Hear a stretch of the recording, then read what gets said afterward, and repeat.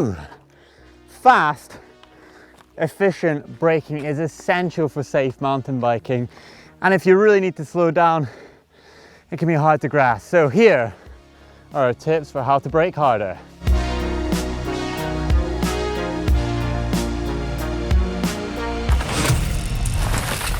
Okay, so my first point really comes down to lever position. And if you're using 2 fingers on that brake lever, then I really urge you to try just using 1. It gives you so much more control of the handlebar and the bike itself. But talking about that setup, having your finger right at the end of the lever. So you can actually see there's almost a little hook that just sits perfectly for my finger to pull on the bar. And what this allows me to do is actually just give the maximum leverage so the fluid gets straight down to the caliper, squeezing onto that disc rotor and giving me the maximum power to slow down.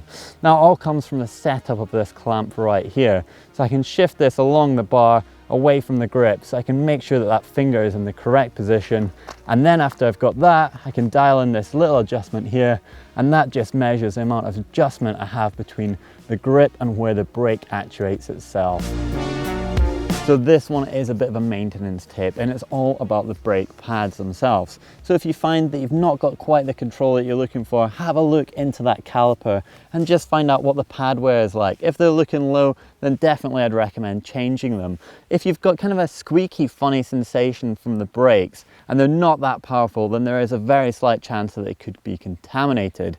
And the contamination comes from oil, sort of grease that you might have got on your bike accidentally when you were washing it. So you can either put some hot water on them, try and kill that oil off, or if they're really bad, you're probably going to have to replace them and then clean the disc brake rotor with some disc brake cleaner. The other thing that you want to make sure that the brake is actually bled thoroughly. And if you don't know how to do this, we have a few maintenance videos out there on how to do it. Or just take it to your local bike shop and they're going to be able to help you out. So your actual contact point with the ground is the tires themselves, and these are really what's going to be digging into the ground to slow you down. If you've got a set of cross-country tires, which tend to be kind of quite slick, they don't have much of a tread pattern like these ones, they're not going to have that same grip just to slow you down. Something like this though is really aggressive, and you can actually see the braking marks on my tire already, and that is just from digging into the ground to really try and slow me down, slam the anchors down and stop me before I go into the next section of trail too fast. One of the big advantages of hydraulic disc brakes is the fact that you have a huge amount of modulation, and what modulation is, it's basically just progressively pulling on those brakes. So you can start by sort of almost tapering them and then getting progressively harder with them. Now if you're a little bit confused, then have a look at these graphs right here. You can see that no modulation is just basically on and off, and you can see that with the modulation it's sort of almost tapering it, so it's progressively getting harder. But I've got a little test to see which one stops me more effectively and in more control of the bike. So let's get to it. I'm going to do a couple of cranks just from around the corner there, and at this line right here I'm going to put them on and I'm going to see which one stops me quicker.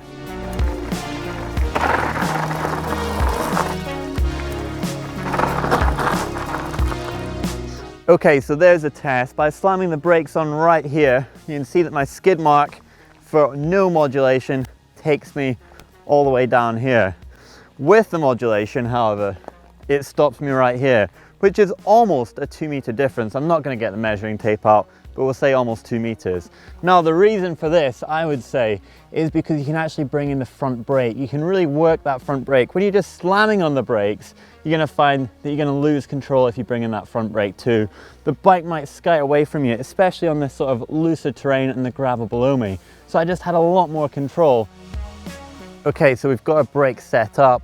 We've learnt about modulation, and now comes into body position. So what actually happens when you're braking is that your weight gets sent forward over the bike. And to counteract this, you can use a little bit of a heel movement.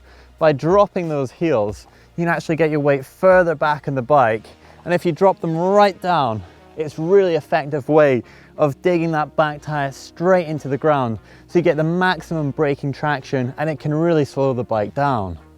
Now let's go on to that age-old argument about how much brake you should be using comparing the front and the rear. Now if you're a cross-country rider, for example, and let me just show you by putting my seat up, it's actually a lot harder to get my weight over the rear. So you're probably going to be finding that you're going to use a lot of modulation of that front brake and the rear brake will just be slightly slowing you down. It can't dig in, especially with not having such an aggressive rear tire.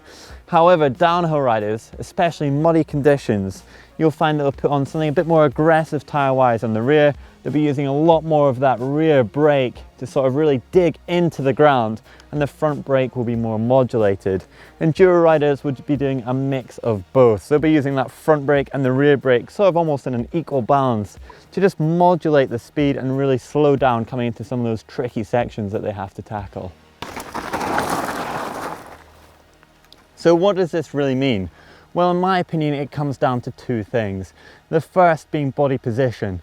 So how much weight you have on your front and your rear tire relates to how much you can use your front and your rear brake. The second is conditions.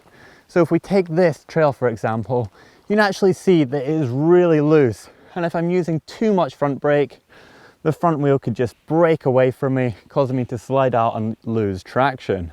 So I want to be a little bit more aggressive with that rear brake and modulate the front.